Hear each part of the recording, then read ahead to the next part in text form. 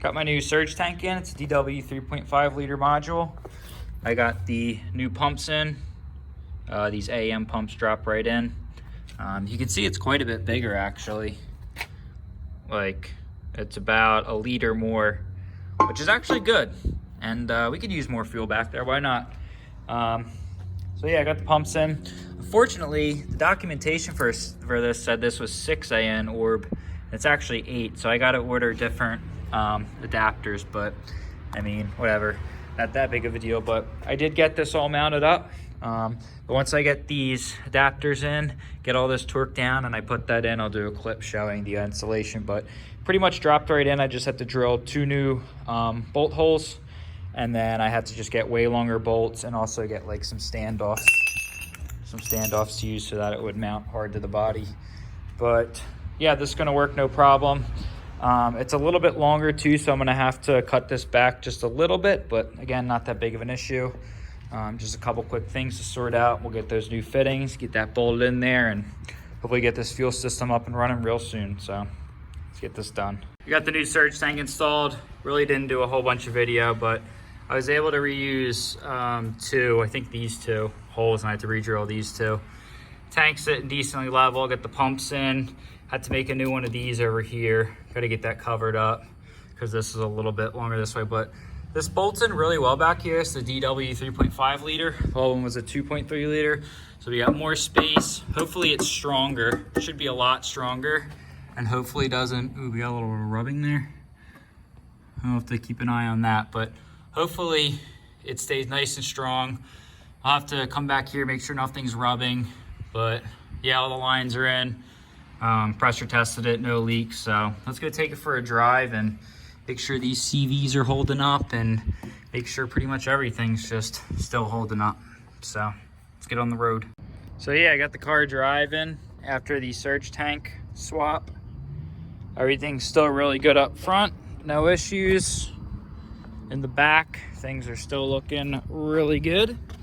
We got our surge tank up here. No leaks, it looks like.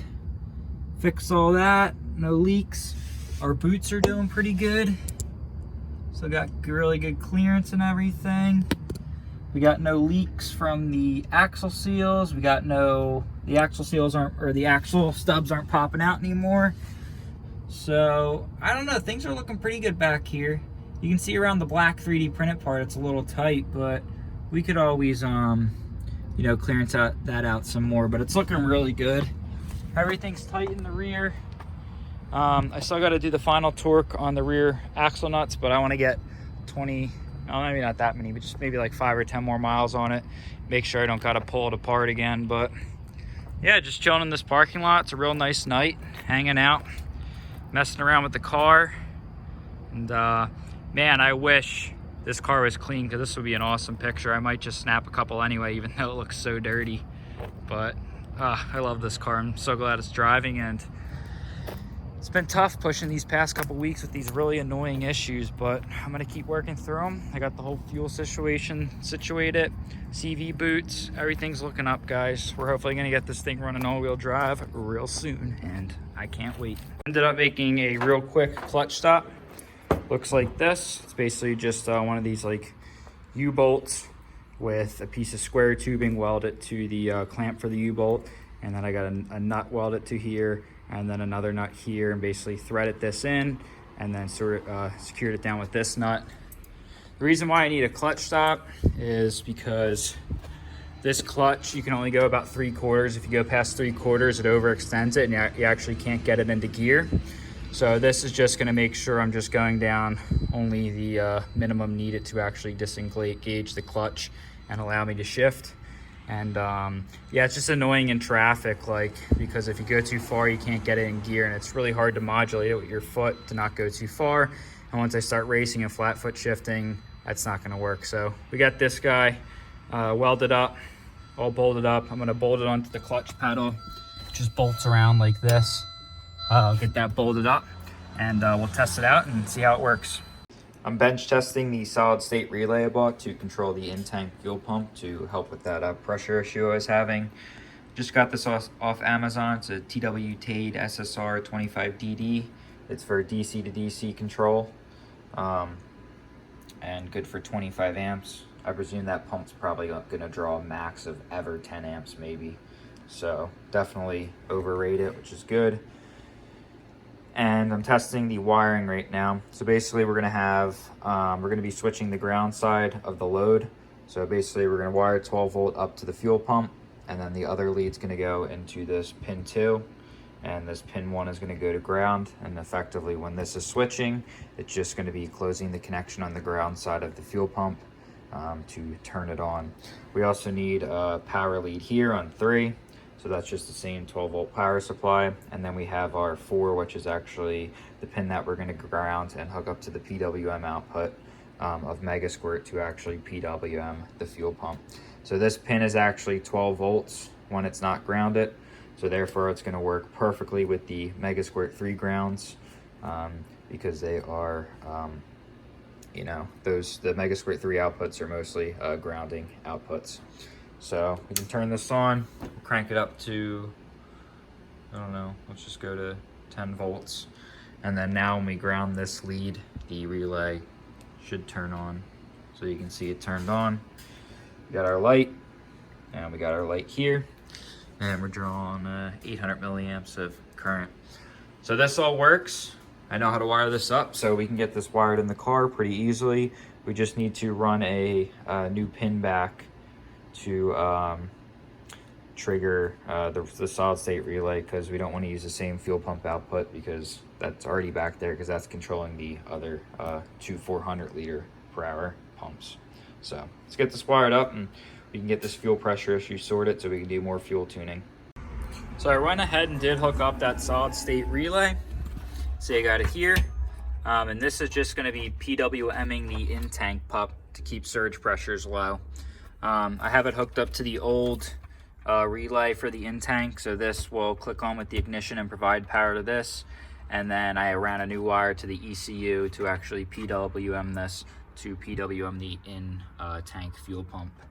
So just some really small changes. I got to clean it up a little bit, but for now I'm going to leave it like this because I want to continue testing things. Let's hop into Tuner Studio and I'll show you how the pressures are behaving. So what I'm going to do is I'm going to turn on all the pumps on full blast.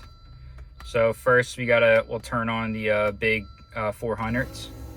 And you can see we got our fuel pressure right at about 43 pounds, which is where we want it. Now if we turn the in-tank pump on full, we'll see that pressure is going to rise.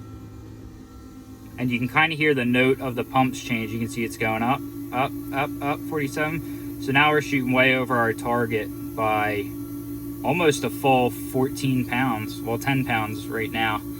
So that's no go. So let's turn that off. Let's turn the in-tank pump off. And you can see our pressure drops back down to where it should be. Now, let's just duty the pump at 5%, and we'll see that it's still gonna allow us to run pressure through that siphon pump for all the fuel transfer to work. But when we turn the in-tank pump to pulsed on, you can see our fuel pressure doesn't change. It stays right at that 43 where we set it, which is good. So that means we don't have a ton of pressure in that surge tank. So what I'm gonna do is now I'm gonna go back here and let's pull out the 2 big pumps relays and let's see just how it behaves with just the in-tank pump. I'm curious to see how little pressure we can generate with just this in-tank pump. So let's pulse it at I guess. So you can see I'm pulsing at 5% and the pressure's not moving at all because the pressure must be lower than 33 PSI. So I'm gonna release all the pressure from the fuel system and let's run that test again and we'll see that that pressure probably isn't gonna build to a whole bunch. At least I don't think so. Let's try it out. So I ran the engine, let all the fuel pressure drain. I have just the in-tank pump running right now at 5% and you can see it's only making 13 pounds of pressure. So that's good. That means we only have about 13 pounds in the surge tank at 5%. So that's perfect. And you can see if we start cranking this percent up, you can see our fuel pressure is going up too. So at 25% duty, we have about 22 pounds. So that's perfect. I think if we run it at like 5 to 10%, I think that'll work really well. It won't overpressurize the surge tank, but it's still gonna give us enough pressure to work that siphon pump so fuel can transfer. So I'm happy with this so far. I think this is gonna work no problem. It's kind of temporary right now how it's set up, but I'm actually gonna be putting a micro squirt V3 back here and using it as a CAN bus IO box. So we're gonna be controlling all the fuel pumps via PWM. We're gonna hook up the rear wheel speed sensors, a GPS. I got a whole bunch of stuff I'm gonna be hooking up in the rear. So we're gonna computerize the whole rear. And then all we need to do is run 2 little CAN bus lines from our good old Mega Squirt 3 Pro, well, our Vol Squirt, back, and then we'll have an IO box expander with a ton of ADCs. We're gonna hook up pressure sensors to the surge tank and do a whole bunch with that because we need to monitor more data back here. I'm still not fully happy with this fuel setup, but I think this is one step in the right direction, and I'm gonna keep playing with it. So you can see how I have it set up in Mega Squirt is the fuel pump and pressure control. So I'm basically just using the built-in PWM fuel pump control. You can do open or closed loop. If I had a pressure sensor back there, I can do closed loop, but you can see we got it on high current 100 hertz output frequency, blah, blah, blah. And I just got the table hard coded to 10% right now because that's really all I need. 10% is enough to fill the tank up and keep that siphon pump moving. Because yeah, if we actually start at 10%, let's try firing up the engine, we'll see that.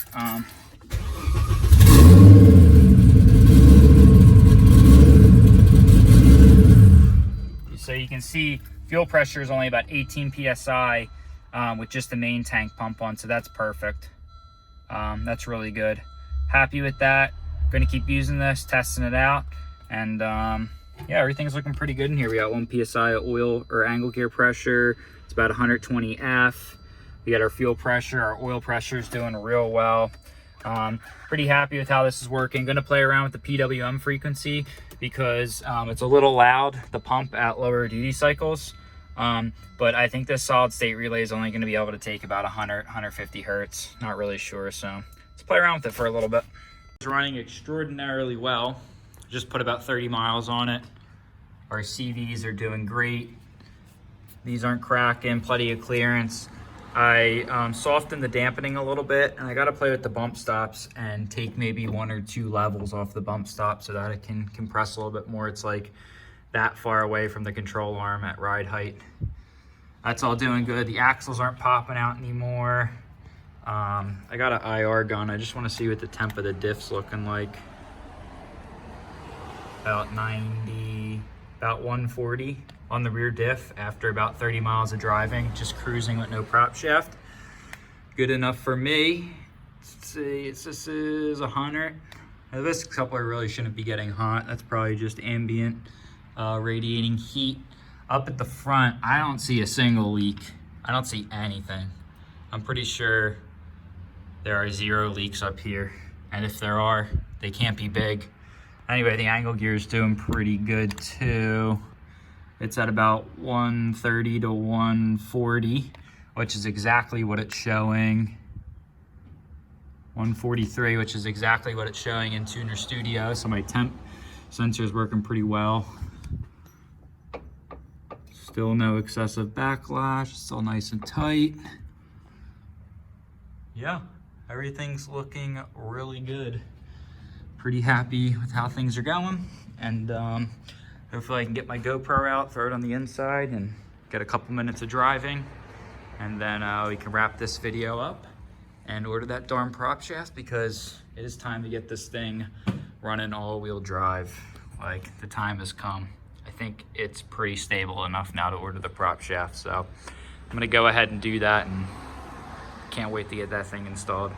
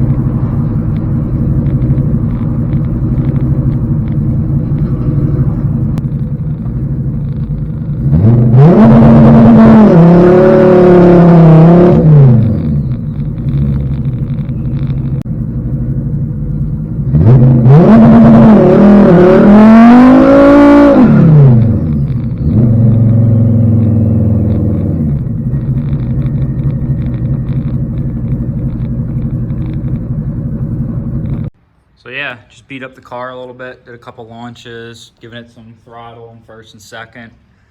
Still no leaks, no issues with the CVs, no issues with these cracking. They seem to be holding up very well. You can see how it's resting on the metal clamp, so that's good. Both sides, rear diff, no problems. Still a little warm, which is fine. 110, 118, like 120, 140. Seems to be the normal for both the front and rear in terms of temperature. Literally not a single leak up here. Got everything fixed up here. So yeah, car doesn't have any leaks. Angle gear's still doing really well, staying cool, staying tight, got good pressure. Again, like, pretty happy with everything.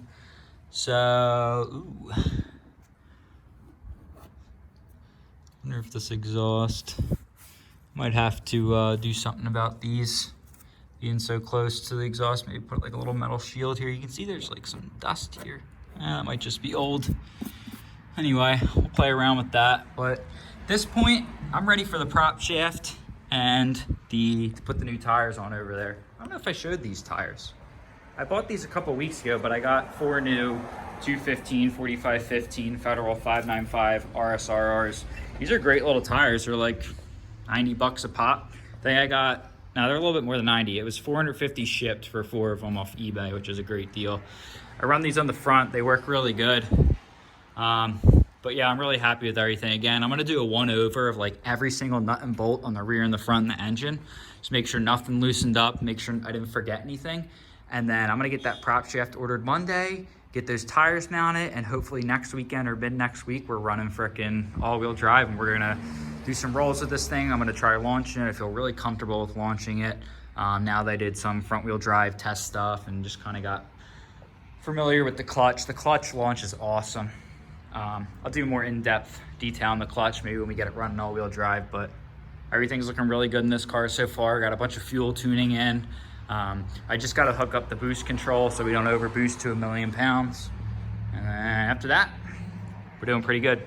Gonna wash this thing too, but gonna end the video here. Hope you guys enjoyed it.